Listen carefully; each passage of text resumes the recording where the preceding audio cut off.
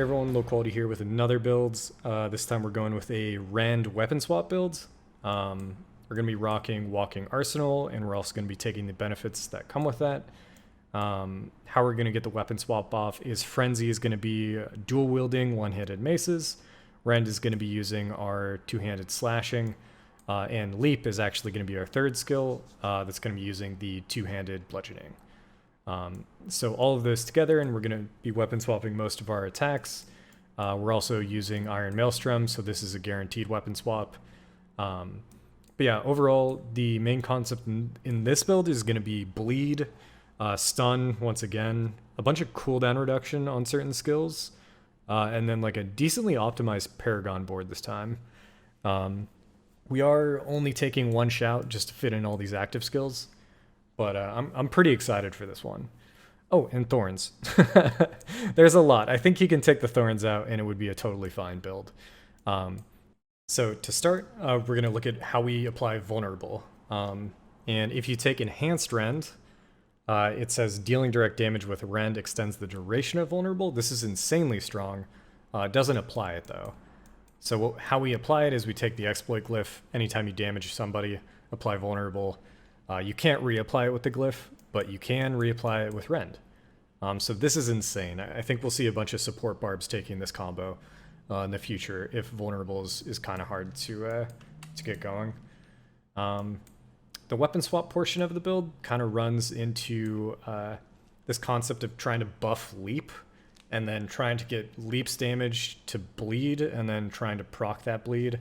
But we'll see if that works. So currently we're rocking the Veterans Brawlers aspect, which is going to increase the damage of Leap. So jump into a pack, use Rend like twice or something, and then our next Leap is going to do insane damage. With the technique slot, 20% of our direct damage is inflicted as bleed. And because in this case it's a massive multiplier on Leap, we're not relying on crit, we're not relying on overpower, I believe this should do a pretty sizable bleed. I don't know. This two-handed sword expertise thing is the thing I'm most unsure of in this build. We're also rocking the reduced cooldown, as well as just it coming with a reduced cooldown if you miss. Decent Fury regen. I'm excited to give Leap a go, just because this is the first build I've done where I actually have a mobility skill. Swapping over to the cooldown reduction portion of this build. So Walking Arsenal does some pretty interesting stuff. You get increased lucky hit chance. So I'm trying to use decently strong lucky hit affixes, one of which is Rage of Haragoth. So your non-ultimate skills get their cooldowns reduced by 1.5 seconds when you inflict bleed on enemies. In this case, we have Leap and we have Ground Stomp. Ground Stomp's unique talent is that it reduces the cooldown of your ultimate for each enemy damaged by Ground Stomp. So if you can keep this on a decently low cooldown,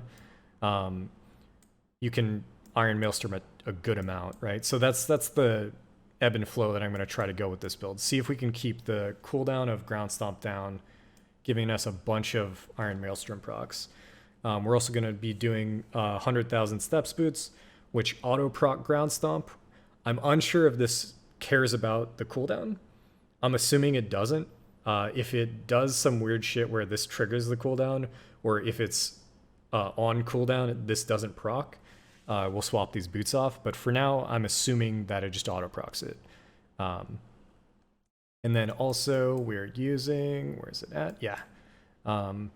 Killing a bleeding enemy has a 10% chance to reduce the cooldowns of your non-ultimate active cooldowns. So there's a lot of cooldown reduction going on here. Again, this is another part that I'm unsure of how it's going to feel, but at least we got a mobility skill this time so we can jump around. The next bit I want to go over is Stun. Same as before, we've got Concussion. This time we're using Frenzy, and we're also using Battle Trance. So we get multiple Frenzy stacks, which means it's going to be doing a decent, let's see, it's 100% increased attack speed with Frenzy. So we're going to be hitting with it a bunch. Its lucky hit chance is low at 30%, but it hits twice, and we increase it by 20% over here. We can get that on rings as well. So we can get our lucky hit chance pretty high, and we'll just be constantly using this for basic attacks to proc the stun and then also to proc, or just to gain stacks to have damage reduction. So this build, again, is very, very tanky. Overall, it, I believe, clears 90% damage reduction. Once again, without armor, without resistances factored in. I can go more in depth on how that is actually possible. I'm not really sure. I don't know what the baseline should be. But using the magic nodes in areas where you can get decent damage reduction, I think is going to be important here. As well as just, we'll see how rare Shaco is. 20% flat. We're using, let's see, another 20% here. Frenzy with a +2 max stack is a 40% damage reduction. We have the 5 points in Challenging Shout. Damage reduction's pretty high up there. Yeah, I think that once again, I've kind of refactored, you know, like I started to take a look at my builds. They were super glass cannon-y, and now I'm trying to make them as tanky as possible. The Paragon unique or like legendary nodes that we're going for aren't, I don't think there's anything special here. I'm just taking Warbringer because it's there. Decimator's interesting, but I don't know. That'll just be like cherry on top. There's nothing really too crazy going on. I think that about does it. Once again, if you're sticking around, these builds are getting crazier and crazier. This was actually going to be a Fist of the Fate build. So if you're feeling like trying it out, you can just toss this bad boy on here and it should be totally fine. Your random attacks deal 1% to 300% of their normal damage. And then on this pair of gloves, there's a bunch of lucky hit chance. So if you want to keep the Walking Arsenal, lucky hit chance increase, and then try to go pure lucky hit chance, you can go this combo. I pivoted away after I realized, I don't know, these gloves, I've they don't feel well. They're, you know, like it feels like shit to use them. They're not fun. They sound fun, but they're not. So yeah. Anyways, I think that about does it. The only thing I didn't mention was Thorns, and that's because it's kind of like an afterthought. When enemies hit you, they take 10% of your Thorns as bleeding damage. I am going as much health as possible, as well as like a decent amount of health on the tree. So I think total we have like, yeah, 44% increase, which is not crazy, but it's also not a joke either. So we should have a decent amount of Thorns. I don't know. These points can be taken out, put somewhere else, do whatever you want with them. But yeah, I'm just excited to see if there's a concept here where using a mobility skill as your third weapon swap is going to work. Leap also, in this case, gives us Berserking. And depending on the cooldown, we should be having Berserking up like a decent amount as well. So uptime on Berserk, uptime on Vulnerability, uptime on a bunch of stuns, uptime on Walking Arsenal. There's just, everything's going to be bleeding.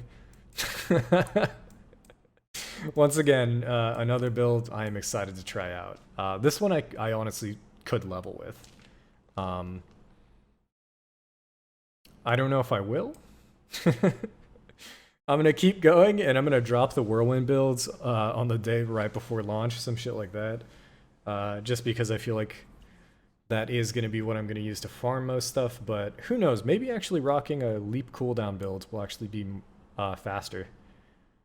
But anyways, thanks again for sticking around this long. These builds, I think they're getting longer and longer, but I'm having more fun with them. So see you in the next one. Not sure what it's going to be. I heard Alkaiser say Upheaval was dog shit, so maybe I'll try to do another Upheaval build. Anyways, catch you guys later.